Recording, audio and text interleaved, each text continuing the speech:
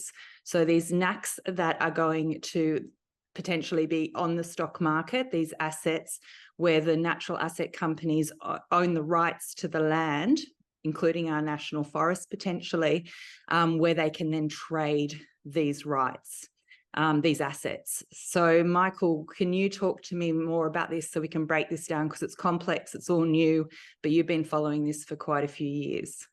Yeah, so because I've been following it for quite a few years, when I read the stuff that you just read out, I, like anyone with half a brain who's watching this interview, will have their spidey senses tingling and can see how big capital is creating an opportunity to get its hands on nature and the commons and what's left of it. Hello, my name's Kate Mason, and today I'm going to be talking with Michael Swifte, and we're going to be talking about natural capital companies, the Indigenous Estate, and environmental markets. Michael Swifte is a self-described generalist and a lifelong idealist. In 2014, after witnessing the takeover of the anti-fracking movement by American-funded NGOs, he launched his first environmental blog, We Suspect Silence, which was noticed by environmental writer and activist Corey Morningstar.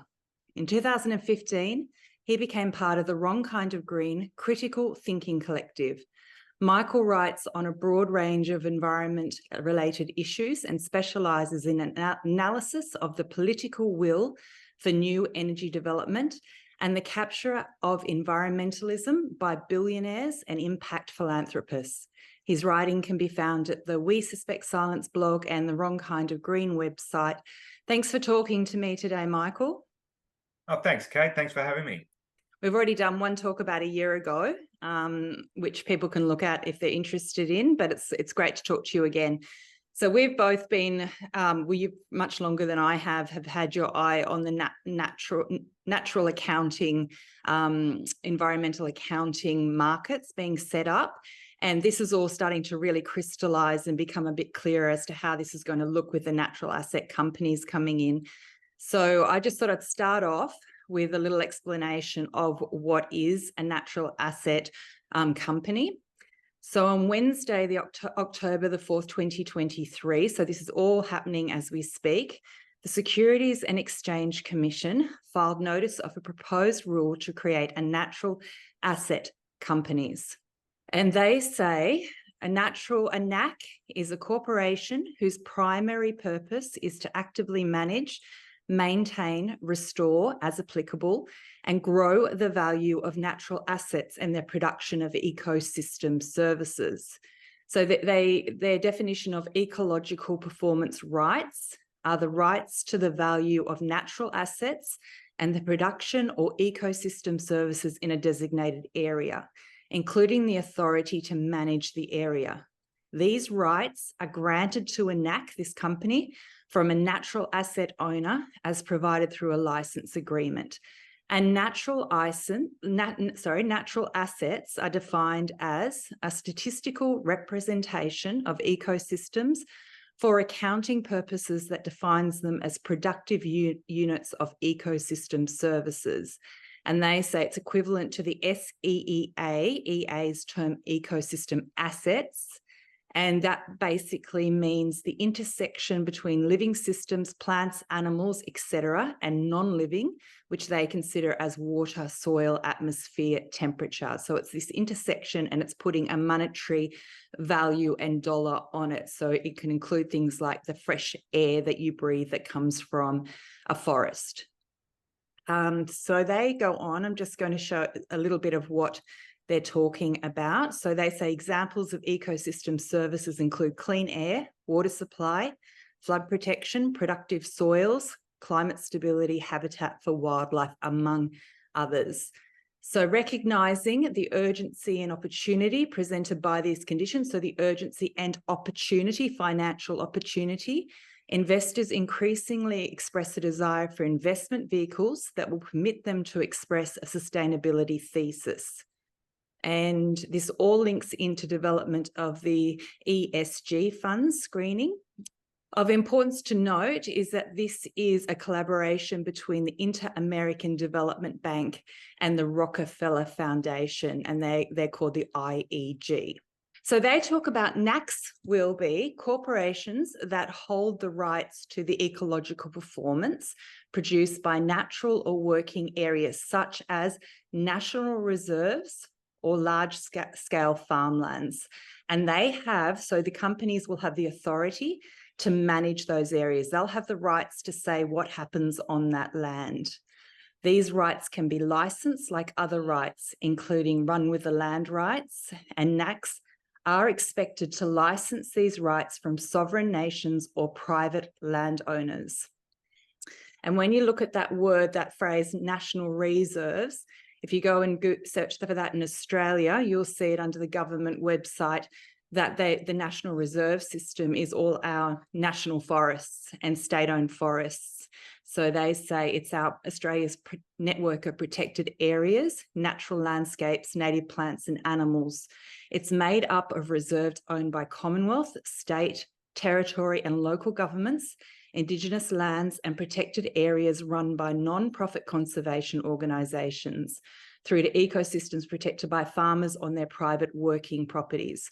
So these NACs that are going to potentially be on the stock market, these assets where the natural asset companies own the rights to the land, including our national forest potentially, where they can then trade these rights, these assets. So Michael, can you talk to me more about this so we can break this down, because it's complex, it's all new, but you've been following this for quite a few years. Yeah, so because I've been following it for quite a few years, when I read the stuff that you just read out, I, like anyone with half a brain who's watching this interview, will have their spidey senses tingling and can see how big capital is creating an opportunity to get its hands on nature and the commons and what's left of it. So yeah, I mean, I've been screaming about this for years and watching as the campaign to fight for the rights of nature completely folded in the face of decades of effort to create the underpinnings for these natural asset companies. So what I've looked at is ecological economics and where it's come from and how it came to be and what they worked on. And in the process, I've witnessed, the engagement of big NGOs like WWF and even David Suzuki Foundation working on what they call ecosystem services assessments. So they've been capturing the data and engaging with academics and universities in selling the idea of natural capital accounting without painting a picture of perhaps BlackRock owning a whole bunch of income generating chunks of nature and controlling the distribution and profitability of water and air and land and soil and access to farming land, and using that to control people and societies. And so, I see this awful spectre of what Corey Morningstar described as the capture of the last remaining commons when she was writing about examples of this stuff going wrong through payments for ecosystem services programs. And so I guess I've been looking at it for about 8 years and watching this train wreck happen and doing what I can to write about it and despairing at how massive and nebulous it is and how hard to fight and hard for people to comprehend. So I do what I can. So yeah, that's my background on it. And I've written, general pieces on it about, the bankers in charge who have been involved in building up the global consensus through conservation organizations and network groups. And but I've also written about some of the key figures who are called most valuable players, people like Bob Costanza, and how he worked with Herman Daly to begin building ecological economics after a symposium funded by an industrialist foundation called the Wallenberg Foundation in 1982. So, you know, a few years later, they began what they call a shadow accounting. Yeah, but they basically came up with a set of accounts after they valued nature at, 33 trillion, and began to look at how those accounts might work, not in the real world. I mean, if they were applied in the real world. And, you know, the World Bank have engaged in programs and experiments in countries like Uganda. And there clearly is a picture that, to me, that they want to replace the GDP model with cycling through, in a circular way, perhaps, the national accounts with nature as an asset source and a source of offsets and fully integrated, so that big restoration projects like are happening in New South Wales under the national parks can be integrated into the economy and be a source of revenue. Look, it's really interesting because the Securities and Exchange Commission have this listing to create the NACs, because it's a new market. They've got it open now till January. They only opened it for, I think it was 2 or 3 weeks, but I think enough people caught hold of it wasn't open for public comment for long enough. So now it's to January, but it's really interesting and disturbing that this is all going on, and it's huge, creating a whole new market of commodifying nature down to the air that we breathe. And there is nothing on mainstream media about it that I've seen. It's just going under the radar for lots of people. Well, I would say it's not always there in the language. Like when I research this stuff, oftentimes there are all the key terms that you might look for and missing. And so when these ideas are presented, or stuff relating to these ideas, I guess what I'm trying to angle at is, in Australia, the idea of the Indigenous Estate really was first introduced in about 2016 by the chair of the Indigenous Land Corporation, which became the Indigenous Land and Sea Corporation. Mm-hmm. And it all sounds very good. It sounds like the political establishment having a concept of all of the lands that Indigenous people are attached to and responsible for, and wanting to do the right thing by them. But when you look into the Indigenous Estate and how the market would approach it, it's all about maximizing revenue from ecosystem services that in natural capital accounting are provided to humans by nature, you know, which ends up defining this commercial relationship that we're all supposed to accept and allow this sort of thing to keep going. You know what I mean? And when pragmatists accept that proposition and don't question it, we end up where we are now, with these guys having all their ducks in a row and ready to pounce. And I guess the reason we're having the conversation today is because you saw the SEC stuff, and when I went to do a comprehensive assessment of what's going to happen with the bureaucracy, either with a yes or no vote with the voice referendum, I came across this term that I hadn't come across, which was the Indigenous Estate. And it was in relation to a very controversial consultancy to the government, PricewaterhouseCoopers Indigenous Consulting. And it was attached to environmental social governance measures. And the intersection of all of those told me that the Indigenous Estate is up for grabs very soon, and nobody ever wanted to talk about that during the voice. And everything that was withheld that might have told us about how the voice might be implemented would also tell us more about the plans for the Indigenous Estate in terms of natural asset companies. And then when both of us looked around, sorry, I'll let you go. So how was the Indigenous Estate? What was the definition given? It's the stock of lands as defined in that SEC content that you went through of, organic and inorganic material that provides services that is capable of providing services to humans. When they talk about it in the Indigenous Estate, it's always, elements of custodianship and depending on who's writing about it, they may refer to lands that are covered by rights and interests under the native title. But there are all sorts of tenure types and arrangements and land rights arrangements, especially in the Northern Territory in Australia, that I'm yet to get my head around, but I have a little bit of understanding about the exercise of rights and interests over country under native title claims and determinations.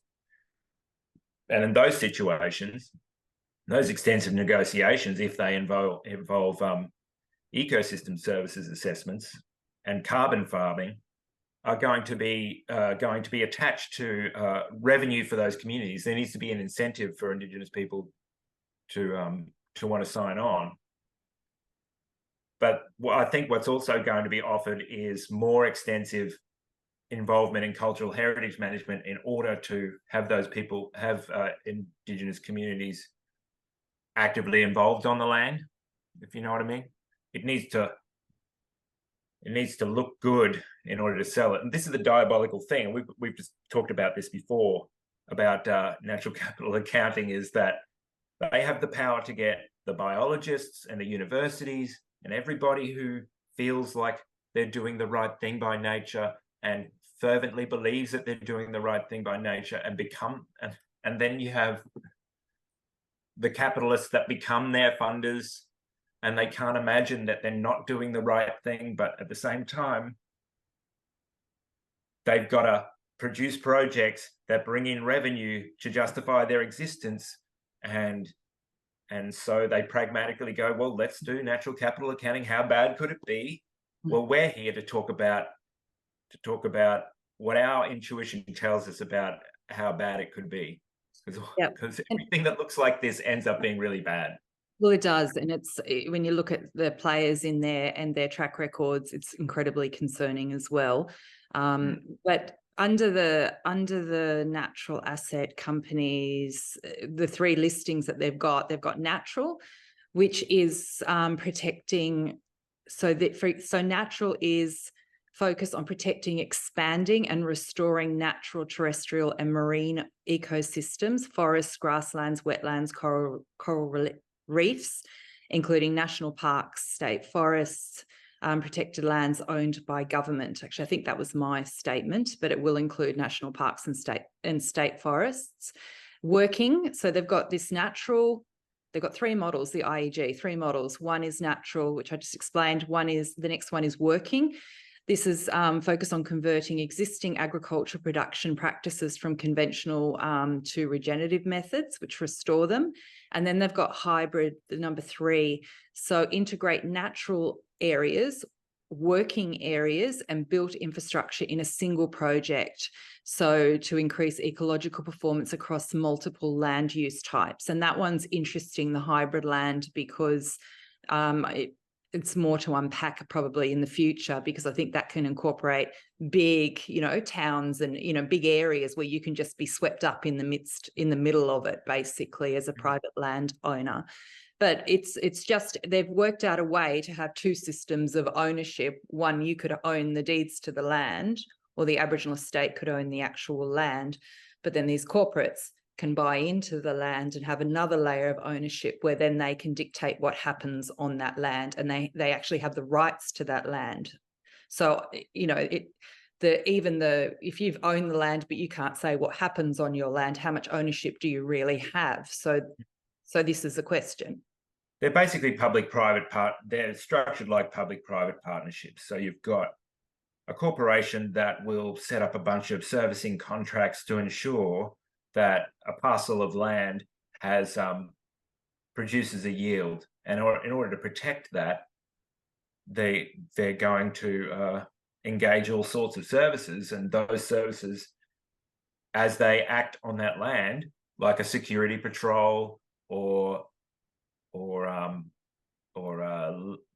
land care officers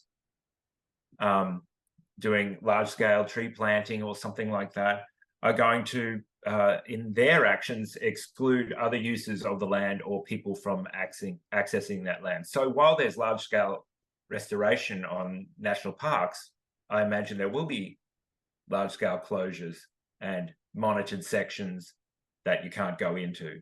Who knows? We might see incidences in the future where people, there's an outcry because some perfectly good area isn't accessible in summer because some legal thing has taken place. Anyway, the point is that it all seems benign until you look at how much access. Yeah, I imagine there might be Indigenous people that get excluded from access to their land because they don't know that their Indigenous corporation or the local land council did a deal.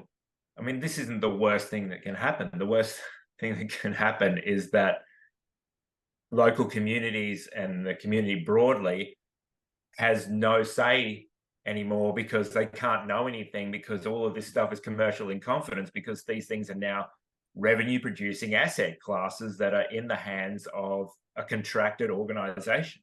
And it's council land. It could be council land. It could be state forest land. It could be the land that's just down the, end of your street. And we are increasingly seeing where you can't access information, government partnership information, because it's commercial in nature because of the public-private partnership model. So that's highly likely that will be the case. So in a way, it's a potential removal of people from public land and access to public land, and it's going into the hands of, dare I say, the most wealthiest in the world. As everything is increasingly centralised power. I just wanted to read out the National Indigenous Land and Sea Strategy. This is the Australian 2023 to 2028. It says 3 decades later, Aboriginal and Torres Strait Islander peoples have legally recognised rights across 57% of Australia. This is predicted to reach 72% by 2030. And in this document, it says, they say they're going to sharpen their acquisition service while looking at new ways we can assist with expanding Indigenous rights over country, negotiating the handback of country, partnering with major investors to access large parts of country. And they have 5 sectors they're going to target initially, and one of those 5 is natural capital markets and biodiversity.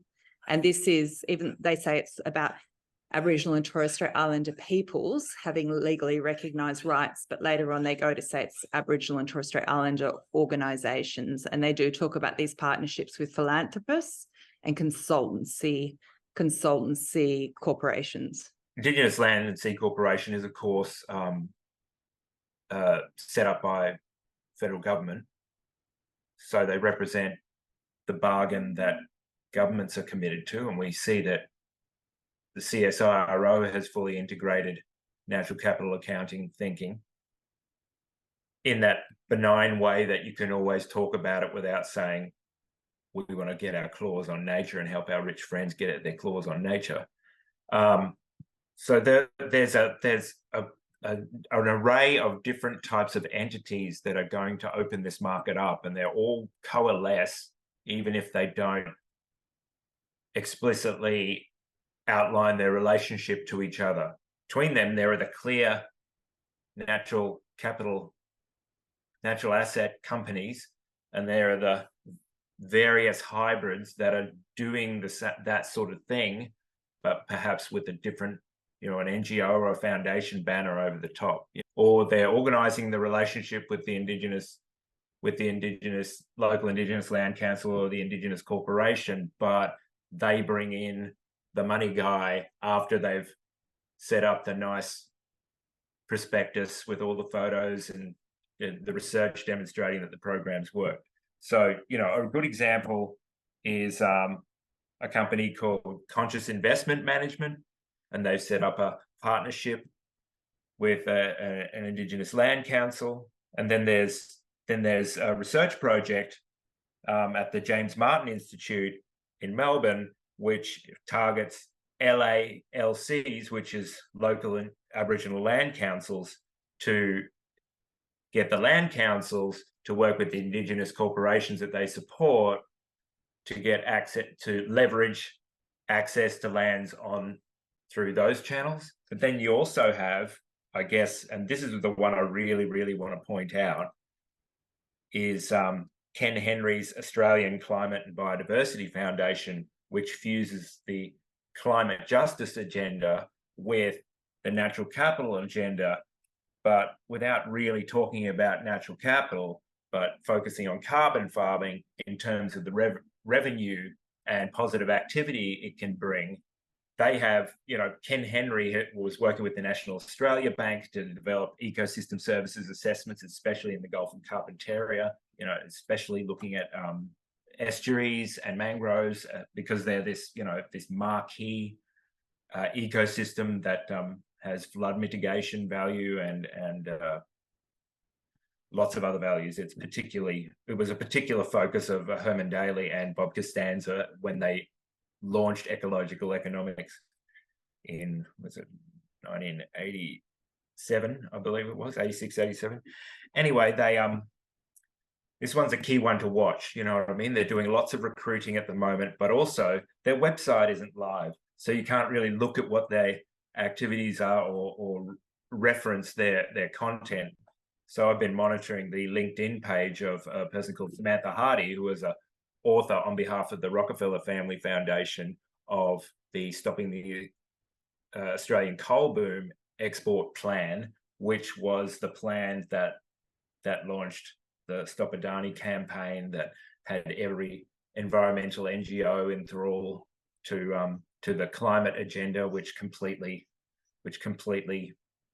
demoted all other environmental campaigning and made it subject to climate. So it's brought in, climate is everything that's been achieved in the climate campaigning creates an incentive for carbon farming under natural capital. So these things are kind of entwined within each other. And here you have you have Australia's bankster extraordinaire with a philanthropy advisor with a horrendous record, working together to try and support Indigenous people to do carbon farming projects and biodiversity offset projects, basically. This is what people need to understand. All of this stuff can produce tons and tons of offsets, and that's the biggest market incentive, is to have all those offsets, to have revenue raising in ESG friendly markets. Yeah, from every angle you think about this, you sort of go, how do people not freak out?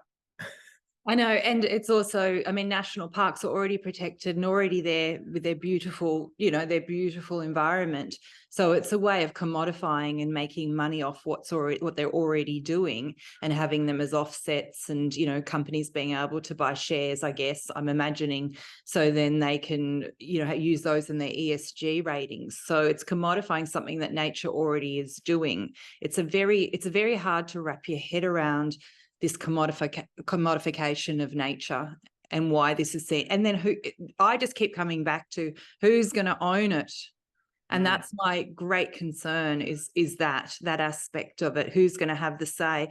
I mean, even if you do look at what the CSIRO is proposing, what the United Nations is proposing, they're proposing that synthetic biology is better for the planet and for the climate than actual natural biology. So when they improve, and I can't say yet because I don't think there's any information, but when you improve an area, does that mean synthetic biology processes where you genetically alter what's on the land, or you put more and more sensors on the land, and the environmental impacts of that? And I've been really concerned because this climate narrative and net zero, which is just an accounting term, as you've pointed out to me, recently, through New South Wales, I've had direct experience of it, where a very controversial poison was put all through the bush. That's banned in, quite a few countries around the world. And when I rang 5 of the biggest environmental organisations to say, will you look at this because the body that, you know, regulates these chemicals is at the moment had a damning report about that they're captured by chemical companies. Now is a good time to really get moving on this. We look at net zero. We look at EV, you know, EV vehicles. That's our thing now. It's like, where is the environmental movement gone where pesticides, poisons in the environment doesn't even get a look in anymore? What actually happens to our natural environment?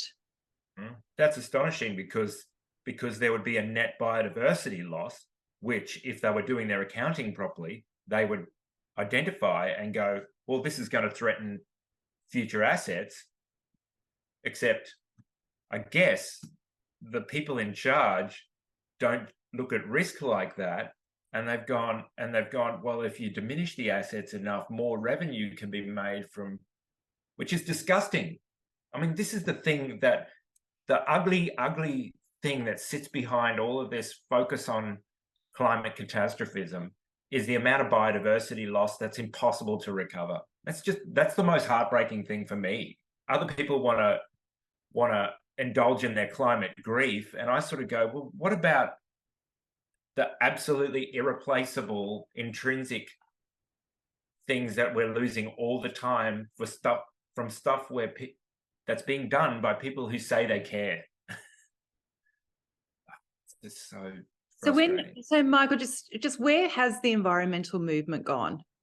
Where has the environmental movement gone where it actually was about the environment? There's so many angles that the non-profit industrial complex diminishes environmentalism. You know what I mean? It's professionalized it at the same time as has making all the messaging uniform and captured liberal media at the same time. Like it's got its fifth columns, I guess, into liberal media at the same time, like The Guardian, you know, and it has particular NGO-friendly journalists and talking points. And I think, yeah, that diminishment of my whole adult life has been watching independent advocacy, like what you do, dying just every year. And, you know, I finally got to the point where I made myself into an independent advocate and then realized that my whole life had been spent watching it die but the last decade has been spent working out what the hell happened. And so I think it's this kind of like fatberg has built up and is blocking the flow of independent thought, actually making it into the discourse, and it's just gotten worse and worse. I mean, I remember when I first started volunteering at Friends of the Earth, the green movement was just hadn't embraced social media, and I was wondering why. And at that point, I still thought they were independent thinkers and that these people actually thought. You know what I mean? I didn't realize that they get their talking points from their own media and from their friends in the media. That's where they get their talking points. They don't actually independently think outside that. They don't have fierce discussions amongst themselves. That's not what happens. And I went along to volunteer in order to understand this earnestness problem that I saw with the Green Movement, you know, having so many friends in it for so many years. And yeah, and I've been discovering that, yeah. So when climate came along, they decided we're going to do social media now. And I watched, and there was no independent thinking. There was just this funneling in of the stuff that Corey was charting, was kind of trying to tell people about how they give them these pre-digested McDonald's, you know, get in contact with the regional coordinator and they'll give you all the franchise materials to start your own regional group. And so everybody's got the same logo and it's all very easy. And all you have to do is just share the article from Naomi Klein or some other scientist that they've got in their pocket. And that has a diminishing effect.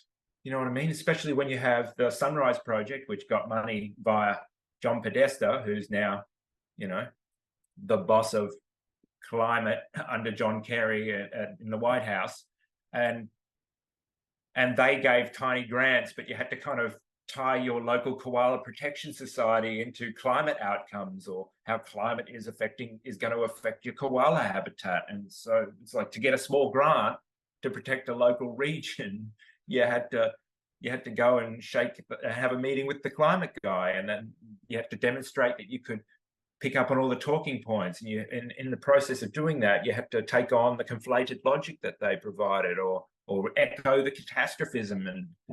And so that's what's happened. That's I think, and I feel like I was part of the last throes of that with the fracking movement, because I was in there on the group page, and I'm still part of that. Was people from disparate backgrounds who were seeing a really diabolically bad thing happen because it was unconventional energy. And now we're seeing an unconventional approach to securitizing nature. That's what they're doing. And if you want to learn about securitizing, watch that movie about the GFC. What's it called? The Big Short.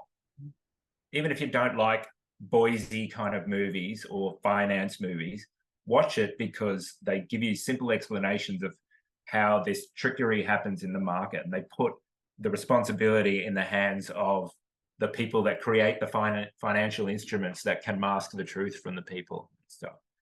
But securitization, they turned mortgages into insecurities. They turned something that was real into a diabolically hard to comprehend financial instrument.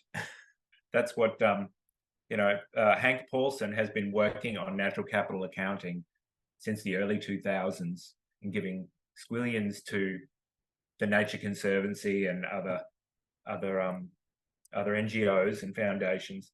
And he was responsible in part for the GFC happening, but he was already on the path to securitizing nature as a new asset class, as he was playing a part in destroying this other manufactured asset class that the market had to tick over. It has to tick over on having these fallacious instruments that allow them to do diabolical things.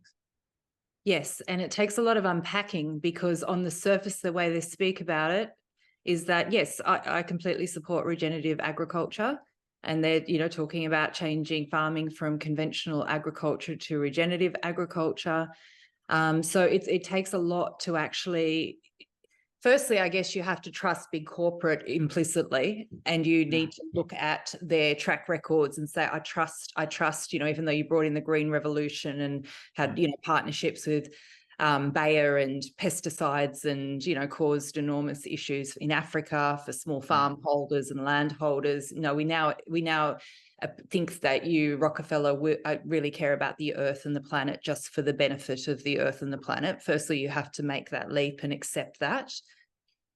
Then you have to just assume that massive corporations really owning pretty much everything in the world is a good thing to do, because that's the baseline. That is the actual, if you cut through what they're saying they're going to do, but then who the ownership. I always look at the ownership and who's in whose hands it's going to be, and what's their track record, and how much do you trust it? Because they put a lot of propaganda into trying to convince people that big corporates are going to save the world, the planet, the people, every aspect, through social impact bonds as well. Commodify people and programs for people, commodify nature, commodify every single thing, and ownership is in a very select few hands who are the experts who are going to solve all the problems. And we are just landholders or whatever else, or that's our public land in name, but it isn't anymore.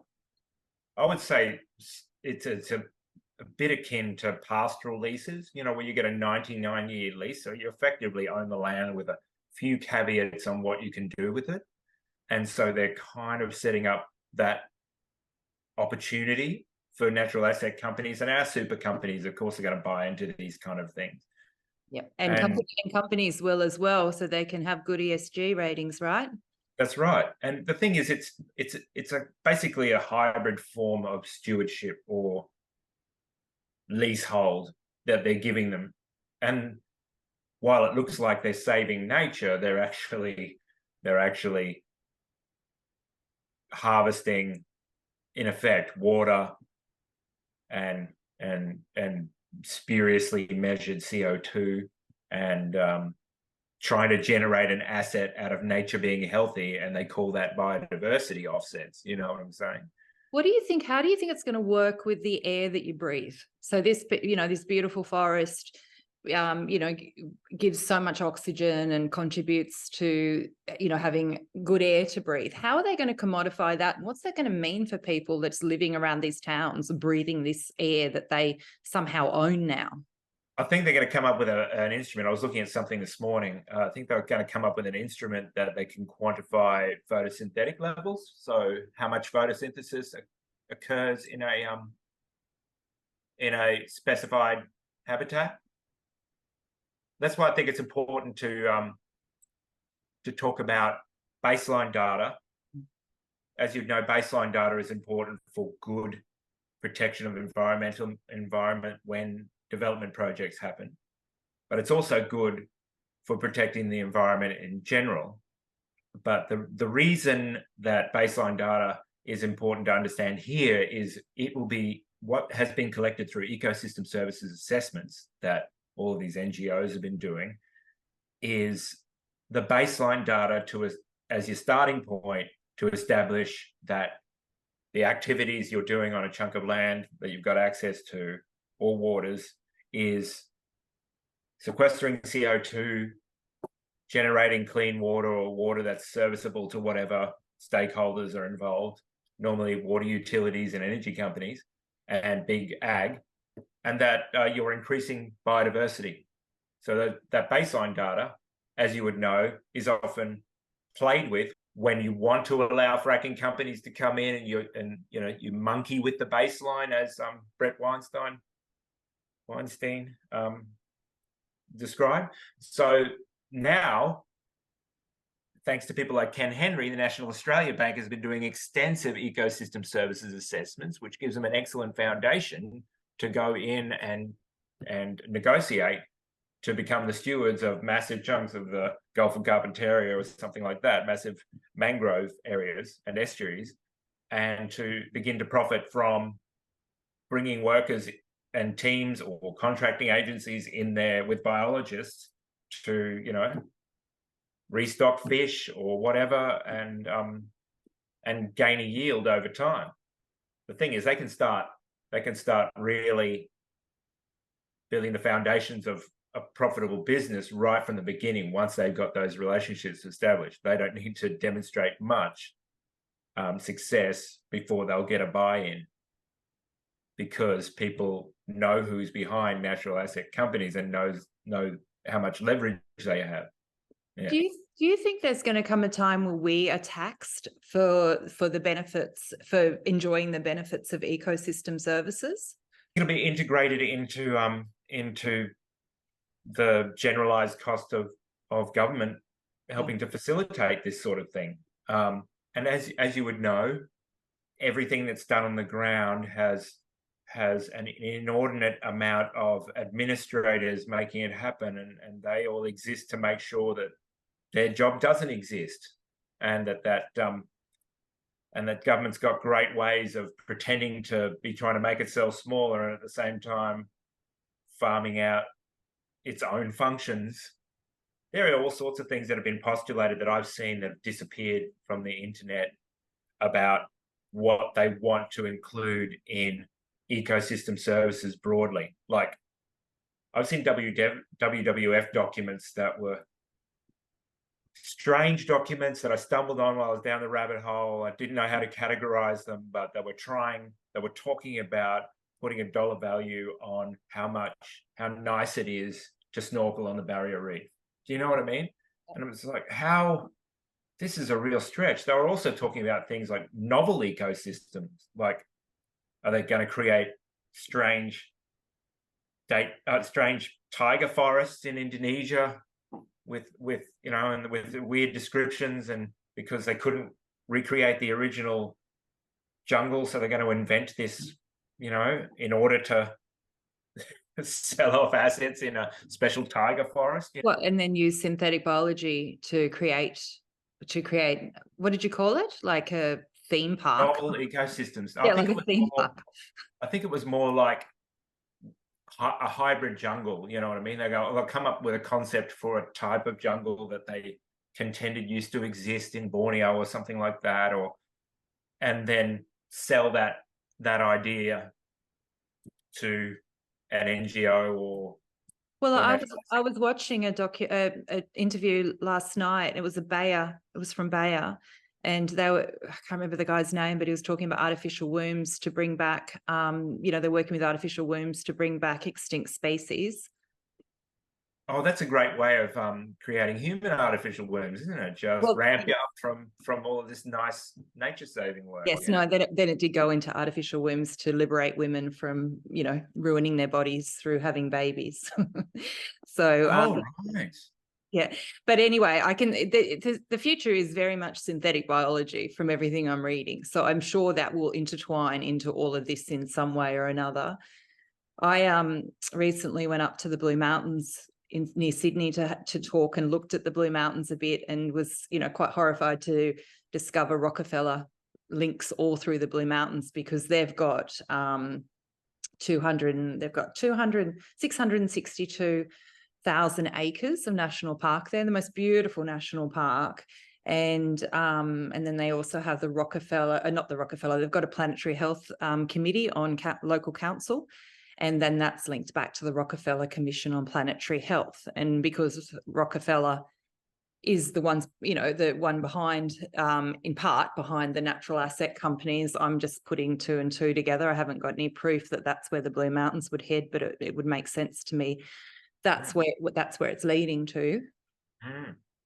Yeah, and that's where you might see that region model that covers the local catchment, or begins to tax the local government for not taking more action on the boundaries of its footprint or something like that. Well, and people, I always want to tend to a question, especially when we talk, is what can ordinary people do? There's not many, all the conversation about the voice and all these people that cared about Indigenous self-determination. If you really want to pay attention to one strand of the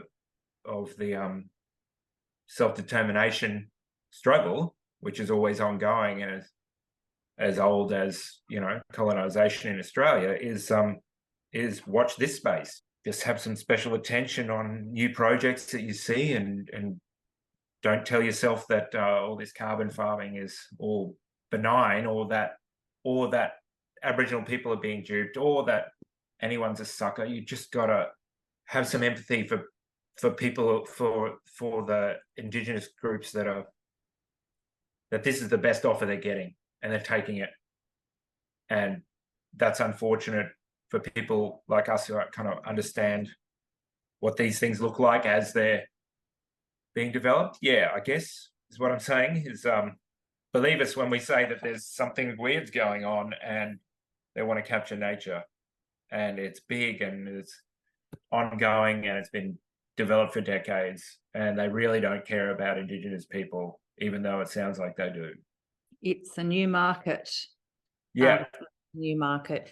But I think, you and I talked about, because we're not seeing really many people in Australia talking about this now. So in a way, we've got the responsibility to try and, to lead something, or to at least bring this into public consciousness more. And we've talked about, you and I are already working together really behind the scenes, looking at things, trying to make sense of things, and opening that up to other people who are interested to join in on a working group, because more and more people it's a necessity to engage and to understand, and we're trying to work it out as we go and digest it. And I think everyone is, because it's very new. It's a newly formed thing.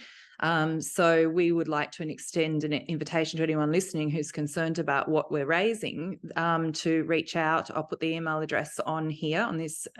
I'll put it up on the screen, and just reach out and say, I'm interested in being involved with something on natural asset companies, and we'll work out how we move forward as a growing working party, because it is about people power. It is about numbers of people coming along along and starting to look at this themselves and ascertain if they're concerned or not. You can't make somebody concerned, but you can offer the information and the potential pitfalls of where this is heading.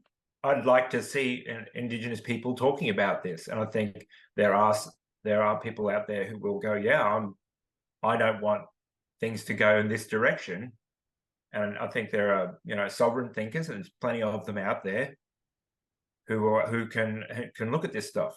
Yeah, I'm happy to be involved. You know what I mean? I just, the more people that can get on and do their own research and have conversations where they have access to people, you know, other people know people, and they can make introductions, and we can work together. And this is where we can actually produce some decent quality discourse, because I find myself often thinking the discourse is dog shit. You know, it really is. I mean, and I just want to give one example before we finish up, is that, you know, Marshall Langton kept taking aim at the establishment no camp. She could have sat down with Gary Foley.